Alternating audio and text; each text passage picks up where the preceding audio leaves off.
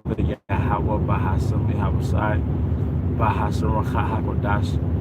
I also want to give double honors to our elder apostles and elder bishops of Great Millstone who rule well.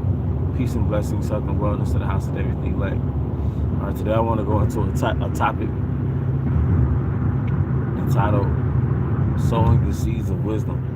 Sowing the seeds of wisdom, all right?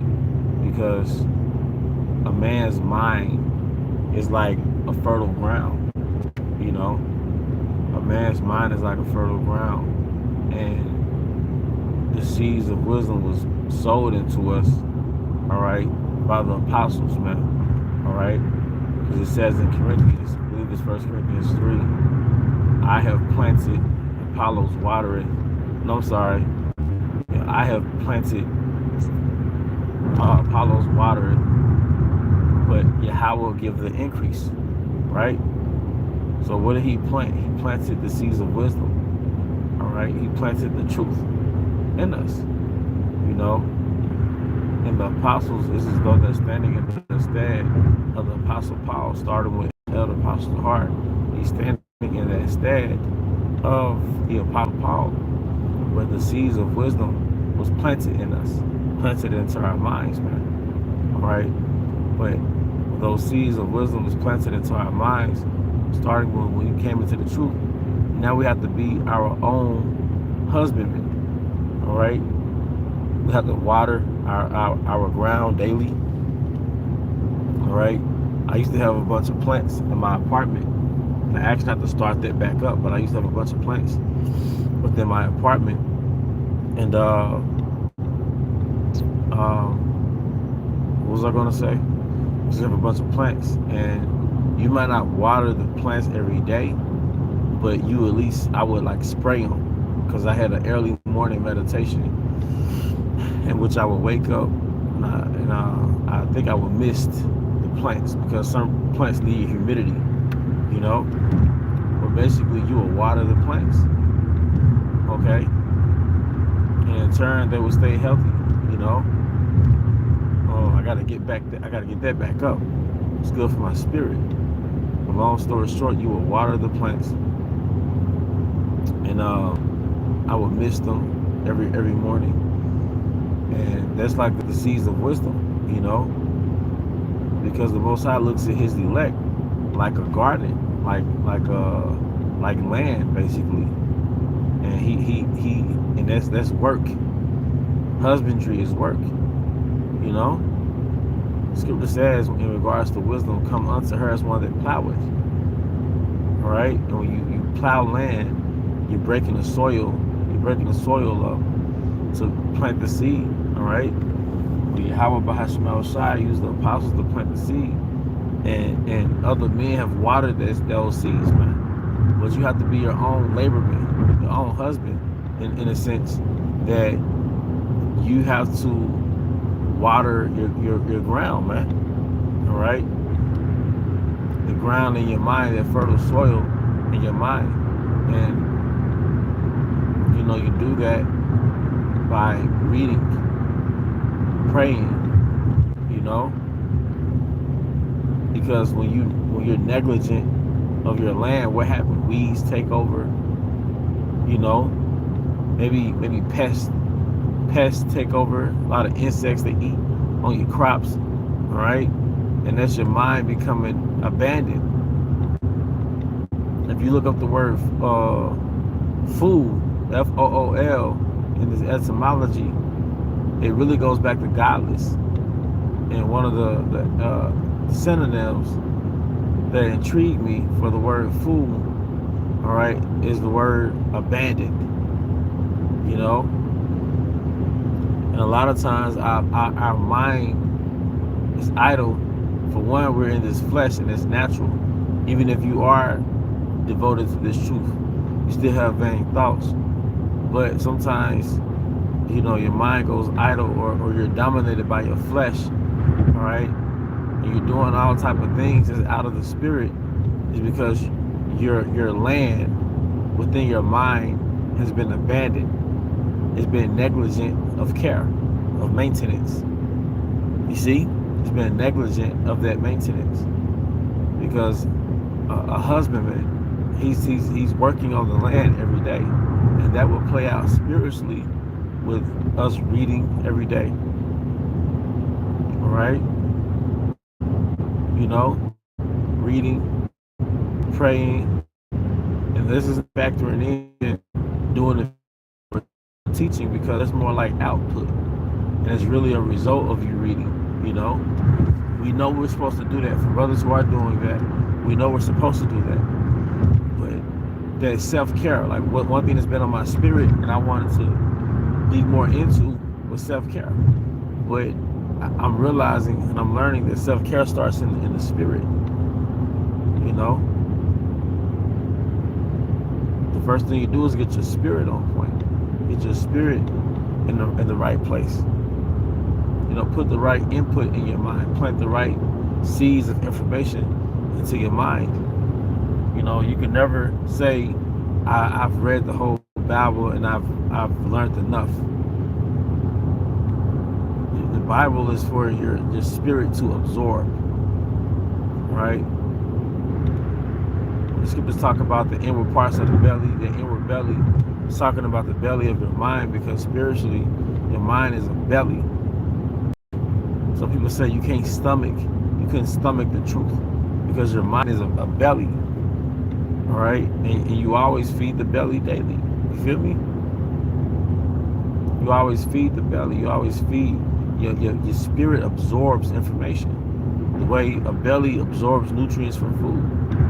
Okay, it absorbs that food and it digests it. All right, then you have output through a bowel movement, but the output is what we teach. A man being deep with knowledge because he has that. He's giving himself that input. He's sown, the seeds were sown into his mind by other men, but he maintenance that land. He watered it.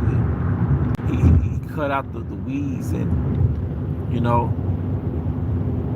one thing you learn when it comes to plants or just your garden, whatever it may have you, if you care for it every day, you're gonna catch the negative things that is beginning. Hence the term, nip it at its bud, nip it at the bud. Cut it before it even really sprouts. That's what that means. Cut the negative part before it grows into something that's unmanageable. It's easy to manage something when you care for it daily. So when the scripture says a wise man know when he's slipping, all right, because you're being in the spirit every day. You're taking heed and you're caring for your spirit every day. If you stop praying, if you stop reading, if you stop pouring into your spirit, over a period of time, you're going to make decisions that was really rooted in that negligence of your care, your self-care within your mind, negligence of that garden within your mind.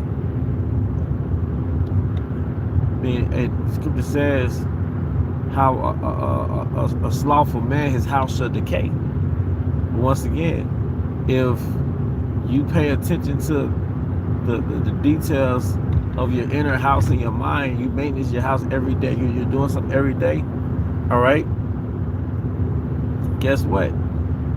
You're gonna the little problems that sprout, you're gonna nip it at its bud, man. A lot of times when we get rebuked or this or that because we wasn't really diligent in terms of our duties, when it comes to this truth. But you're gonna get rebuked at some point anyway. But when you take heed to something daily, things are less likely to get out of hand. You might get lazy, you might be busy, you don't wash the dishes. What happened, man? Debts start coming in, like, damn, I got debts.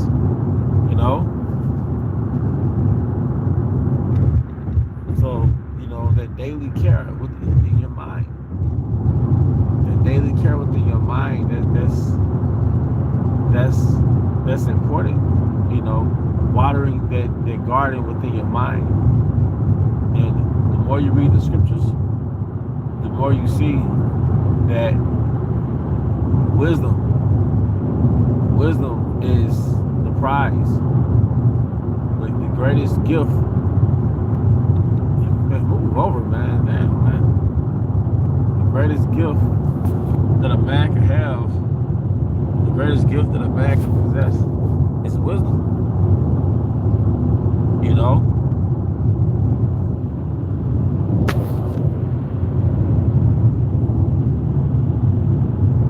The greatest gift that a man can possess is wisdom.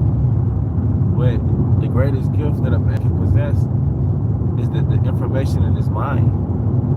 You know, knowledge is the greatest gift. Well, particularly wisdom. All right, King. Like in this world, in this carnal world, one thing that's glorified is money. But it's King David that tells you, man, wisdom is better than silver refined, than gold refined, 10 times over, roughly paraphrasing, man. It's wisdom. As much women King Solomon had, he didn't write not one chapter about a woman, or about one of his women. Even a virtuous woman, hey man, that goes into wisdom. You know, don't get me wrong, you have women who can play that role, but as many women as King Solomon had, because he had ultimately 1,000. He never wrote not one chapter about one woman he had. Because the true prized possession was wisdom.